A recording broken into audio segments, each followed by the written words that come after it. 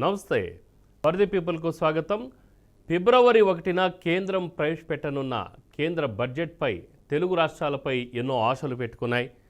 కేంద్ర ఆర్థిక శాఖ మంత్రి ప్రవేశపెట్టనున్న పద్దు చిక్కుల్లో ఉన్న ఆంధ్రప్రదేశ్కి ఊతమిచ్చేలా ఉంటుందా, తెలంగాణకు ఆపన హస్తం అందుతుందా అనే సందేహాలు ఉన్నాయి. ప్రభుత్వాలతో నిర్మలమ్మ పద్దులపై పలు రంగాలు భారీ ఆశలు పెట్టుకున్నాయి.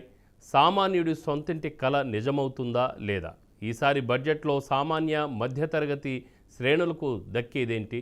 గడ్డు పరిస్థితిలో ఉన్న రియల్ ఎస్టేట్కు ఊతమిచ్చేలా ఉంటుందా? ఆదాయ పన్ను మినహాయింపులో మార్పులు వస్తాయా? సిమెంట్, స్టీల్, ఐరన్ ధరల మాటేంటి? Electronics, automobiles లెక్కేంటి? ఇలా కేంద్ర బడ్జెట్పై అనేక ప్రశ్నలు తలెత్తుతున్నాయి. ఇక ఫర్ ద పీపుల్ కార్యక్రమానికి స్వాగతం. ప్రస్తుతం మనతో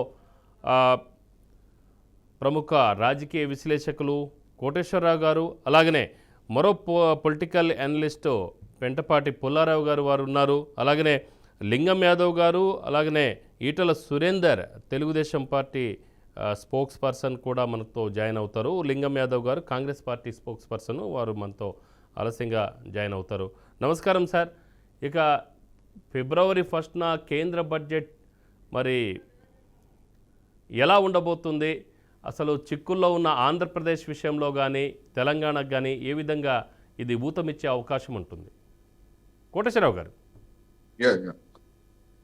బడ్జెట్ గురించి భిన్నమైనటువంటి వ్యాఖ్యలు లేదా ఆశాభావంతో అనేక మంది ఉన్నమాట వాస్తవం.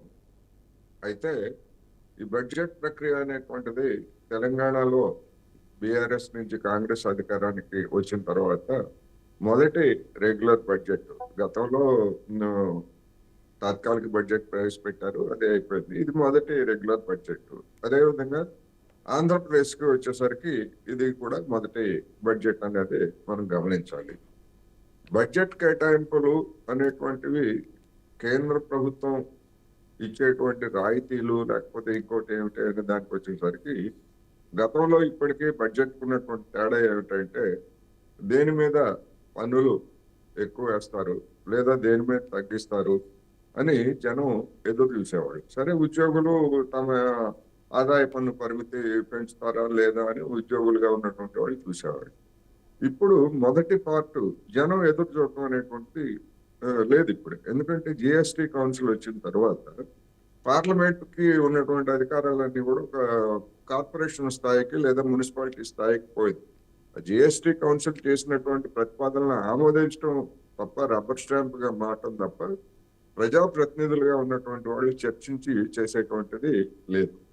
అందువల్ల జిఎస్టి కౌన్సిల్లో ఎంత పన్ను వేస్తారో ఏమిటో ముందే తెలుసు కనుక బడ్జెట్ గురించి జనం ఆలోచించడం అనేది మర్చిపోయారు. ఇప్పుడు ఎవరికి ఉన్నది అంటే ఉద్యోగులుగా ఉన్నటువంటి వాళ్ళకి గతంలో చూసినటువంటి అనుభవాన్ని చూసినప్పుడు నామమాత్రంగా లేకపోతే అంకెల గారడీతో తప్ప గతంలో ఉద్యోగులకు ఎలాంటి ప్రయోజనం కలిగించలేదు అనేటువంటిది గత అనుభవం. మరి ఇప్పటికి వచ్చేసరికి చేస్తారా అంటే ఇప్పుడు కూడా అది అనుమానమే. కాకపోతే ఏమిటంటే దేశంలో వినియోగం తగ్గుతూ ఉంది.